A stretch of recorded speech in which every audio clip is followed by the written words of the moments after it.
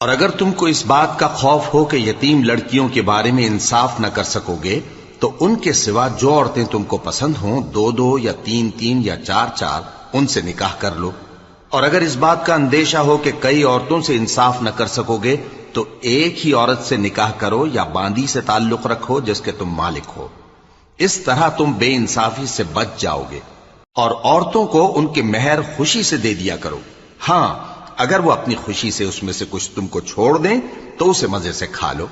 اور کم عقلوں کو ان کا مال جسے اللہ نے تم لوگوں کے لیے سبب معیشت بنایا ہے مت دو، ہاں اس میں سے ان کو کھلاتے اور پہناتے رہو اور ان سے معقول بات کہتے رہو۔ اور یتیموں کو بالغ ہونے تک کام کاج میں مصروف رکھو اور جانچتے رہو،